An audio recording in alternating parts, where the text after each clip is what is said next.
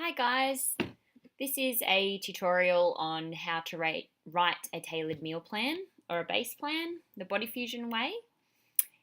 In order to do this tutorial, you'll need a couple of accompanying sheets. So the first ones, you can actually find both of them in the staff training folder in the Google Drive. So we've got one, which you can see down the bottom, which is the cheat sheet for calorie counting. And the second one is a step-by-step approach, or I guess methodology, on how to write a tailored meal plan. So before you continue, I would just make sure that you have both of these documents available so that you can refer back to them as we go. All right, so the first thing to mention is that when we're deciding whether or not to write a tailored meal plan, we actually have to get client consent. So this falls under our motivational interviewing, I guess, framework. And there may be times when it's actually not appropriate to write a tailored meal plan.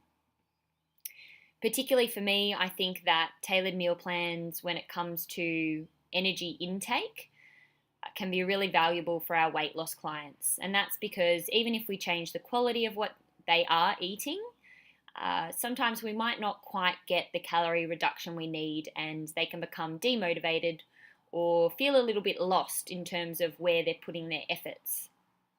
The other benefit of, I guess, a tailored meal plan is that it might sometimes be appropriate for more of your clients who don't really have a lot of structure but need structure, and also enjoy having something that they can refer back to.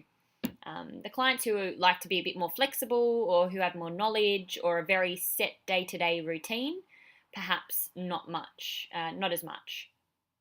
So just think about when you're in your initial consult, are you going to spend your time after nutrition analysis going into either a tailored meal plan, or are you going to spend some time on education with your client based upon their nutrition need, which again we should always identify as soon as our client walks in. We should be asking them why they're there and what they're actually wanting out of our sessions so that we can provide them with best value. So by now you should have those two sheets up, which is fantastic. And I'm actually going to use an example client of mine today. So her name is actually Sarah Jane, and if you wanted to read her Clinico file, she saw me on the 30th of April 2018, and she was referred from an EP.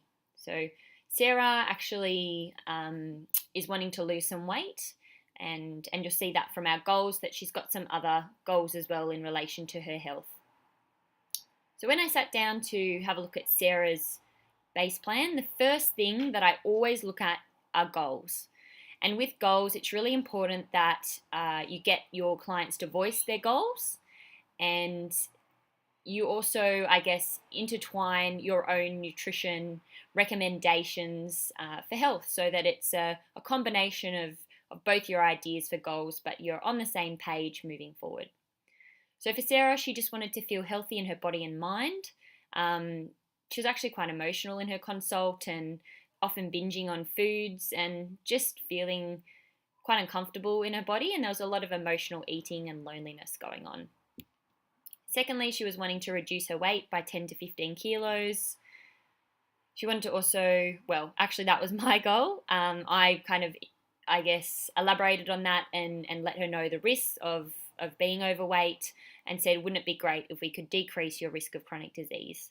That's where as well you might actually link back into, I guess, your family history and mention if it's in the history that it's worth working on because there's a greater risk.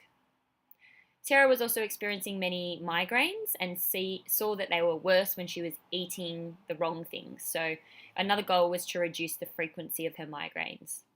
And then lastly, just building a sustainable, healthy relationship with food. So I kind of sold her that idea of the journey, building a house and becoming resilient and empowered.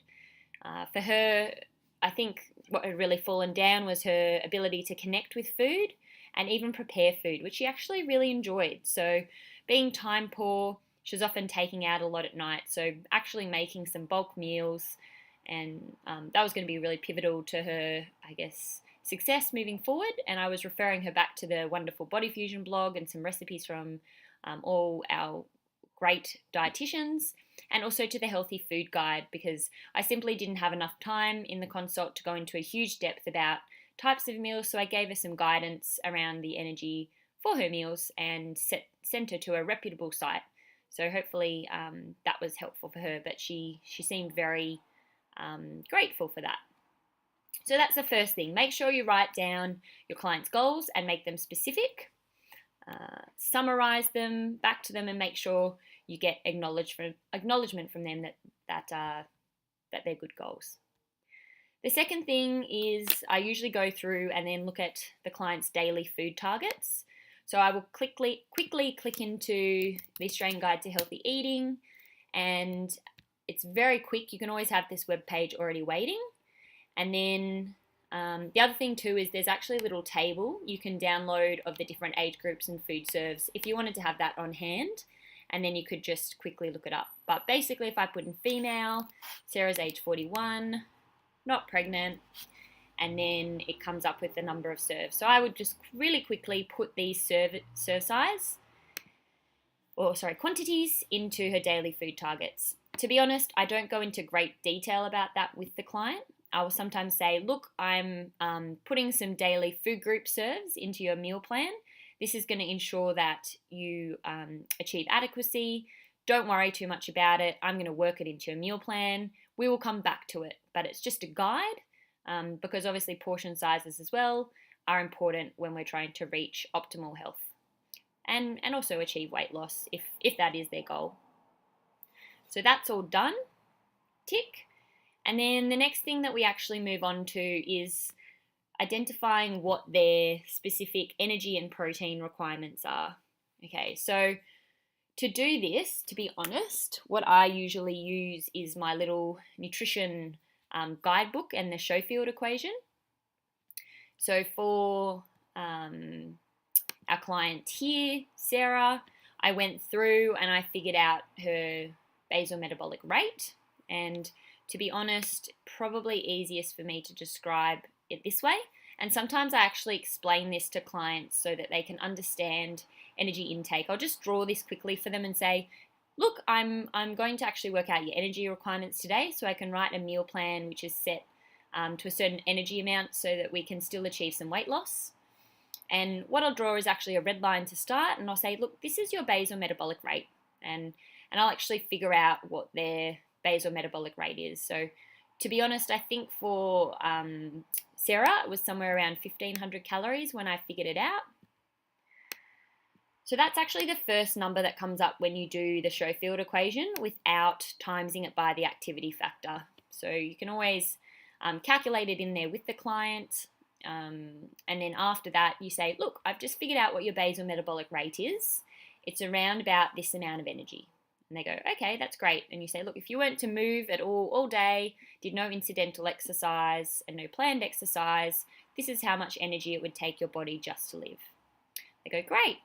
And then you go, but you're not just doing that in your day. You're actually also expending some energy. So then I'd look at an activity factor.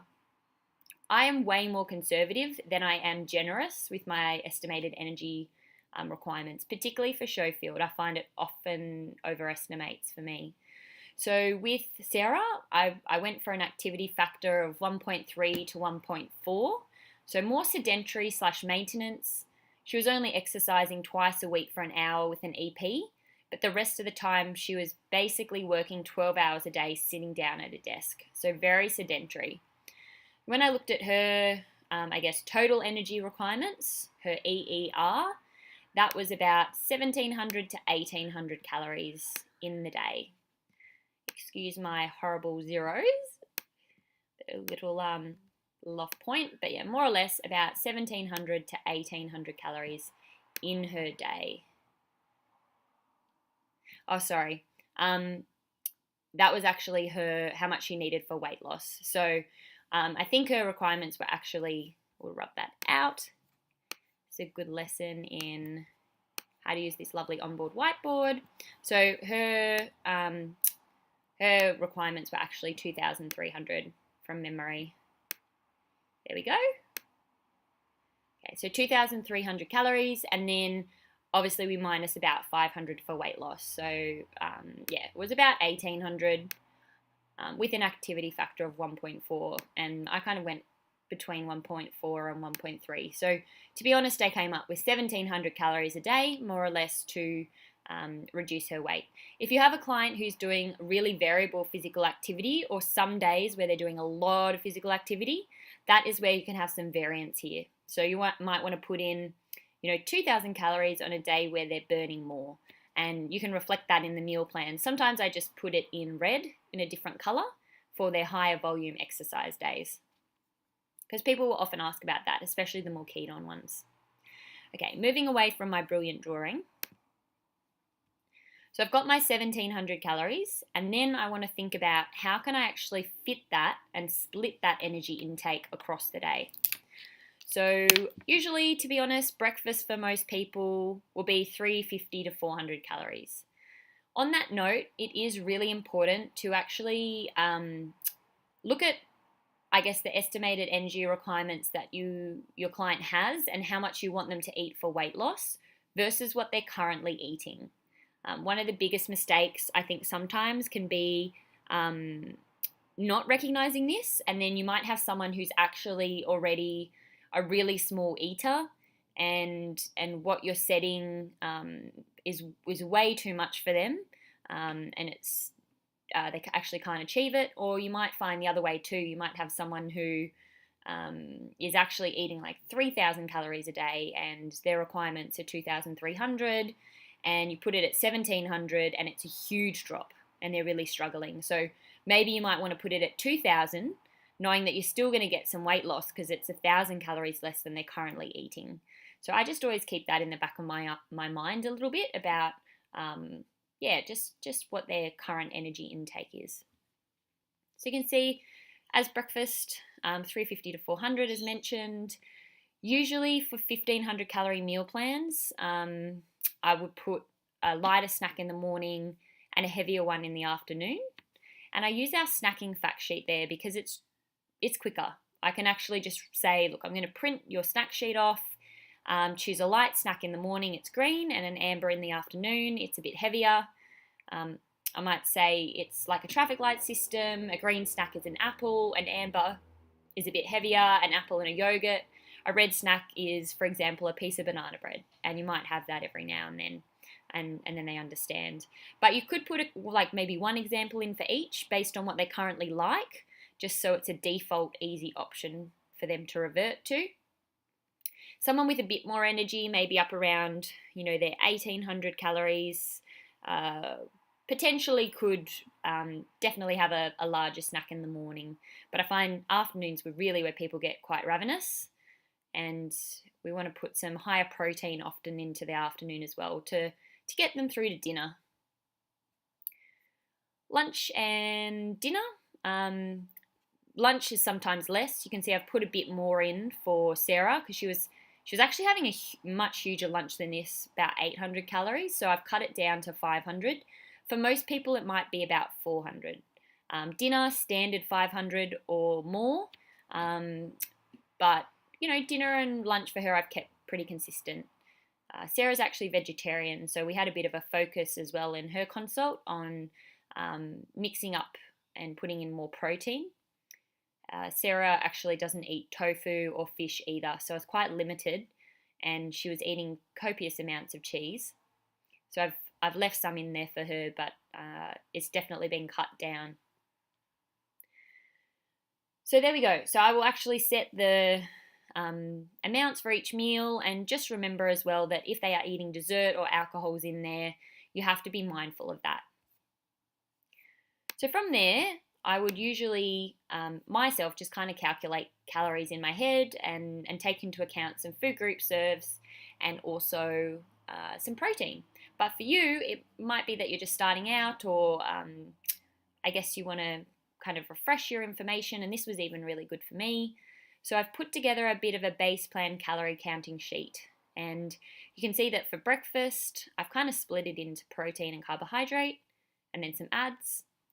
I put the protein content, just so, if you have a hungrier client, putting something like smoked salmon or ham in their breakfast, or 200 grams of low-fat yogurt is going to be more filling than your other protein options, despite it being the same amount of calories.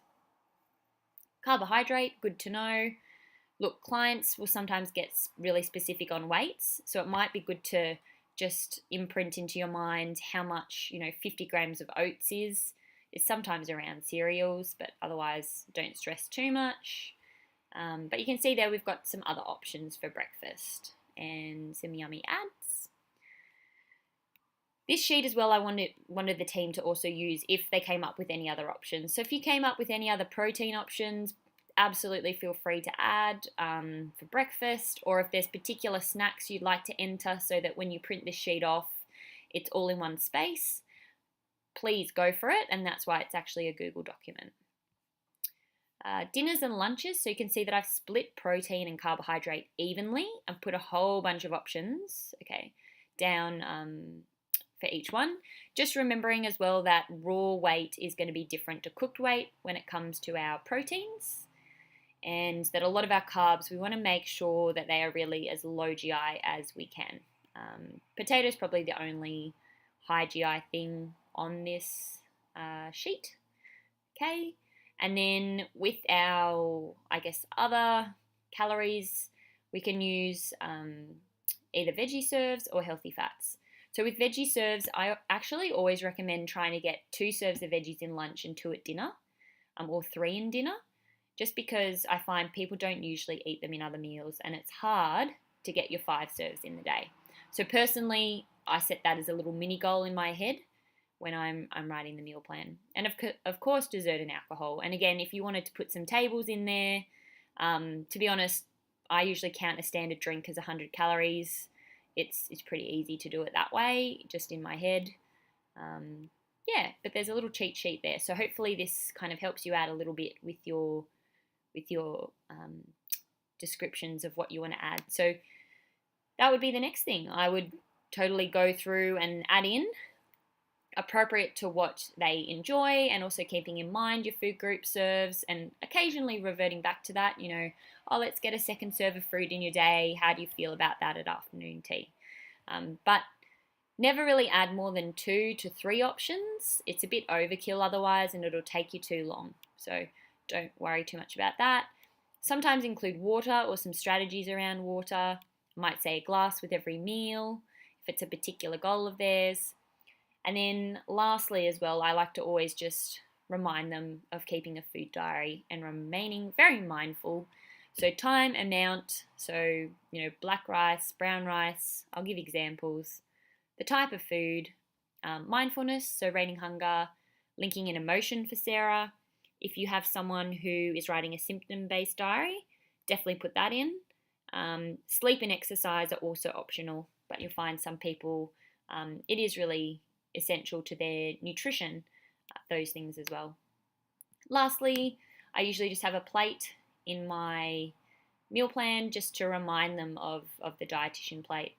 If I have an athlete, I split this into thirds, because athletes do need more protein and carbohydrate. So personally, I talk about that. And we always talk about sometimes the inside for weight loss and the outside for maintaining your weight. It's a good way to explain it. Okay, so after I finish the meal plan, I would then do a quick summary and say, okay, Sarah, so we've got your goals there. We know where we're headed. We've got our daily food targets. Lastly, for breakfast, we've got either our hot options or a cold option. We've got some snacks. Remember, I'm going to send you the snacking sheet. Lunch, either your wrap, soup, or baked beans. Dinner, keep in mind the plate option, and that you're going to be researching the healthy food guide for meals around 2,000 kilojoules. And then, keeping in mind your water, and please keep your food diary for me. And then it's shut that conversation down, move on to payment, because the more we kind of linger, people will want to ask more questions or add more options into their meal plan. So giving a little summary just kind of wraps it up, ties the knot, and you're getting out of there. Lastly, I might just mention a couple of avoids. So we've actually been making our way through this other sheet that you can find in the Google Drive, and you'll see that on the avoids list, there's a couple of different things. So try to avoid overestimating energy requirements. I would never, as well put anyone on a plan that's probably less than 1200 calories. 1200 would actually be very rare in general, but some people, really small eaters or elderly, maybe. Also, try not to recommend too many new foods. To be honest, people just won't do your food plan. You've got to put twists on what they already have. But also saying that, don't give them anything that's not new. If you just completely change the portions of everything they have and there's nothing new and interesting, they kind of think that your advice isn't anything better than they were currently doing. So I'd say try and kind of razzle dazzle or have one or two things up your sleeve to keep them engaged and interested in what you're doing, and think, oh, that's a really creative new idea, or I'm excited. Like, you want them to be excited for the food they're going to eat. Definitely don't cut out all discretionary snacks or illegal foods. So by doing that, often you're kind of putting people into an unhealthy mindset and they will binge out on those foods. So set some limits around that, negotiate, use your motivational interviewing. Or if people genuinely think they really should go cold turkey, that's okay. But remember, as long as you say, look, if you wanted to do that, I appreciate that. Let's see how you go. Again, just it's got to be their choice and they know themselves. Try not to talk about calories or energy if they're sensitive, perfectionist, or obsessive. I would not at all ever write the numbers on a base meal plan of energy or talk about what their energy requirements are or how much they need to lose if they were a dancer, unless they were really switched on as a dancer. But if they were, had tendencies for an eating disorder either in the past or current, or just had that personality that I guess they're just going to really become very obsessive. Okay, so just be careful of that. And you can often read people. You can ask people too, do you think putting energy intake into your meal plan is going to be beneficial for you or negative for your mindset? Educating with another fact sheet in the same session, simply you will not have enough time. Don't try that in an initial consult. It's one or the other. And then it spreads out the value of what you can add. So you can say to them, oh, look, I've worked in some really healthy foods for your improving your immunity and gut nutrition into your meal plan already, but I'd love more time to elaborate next session. So paint them the picture of how good your next session's going to be, but that the concept of a really good base foundation is more important currently. Giving too many recipes, same thing there. If you're trying to write a base plan and then sift through 10 recipes to give them in an initial consult, it's too much.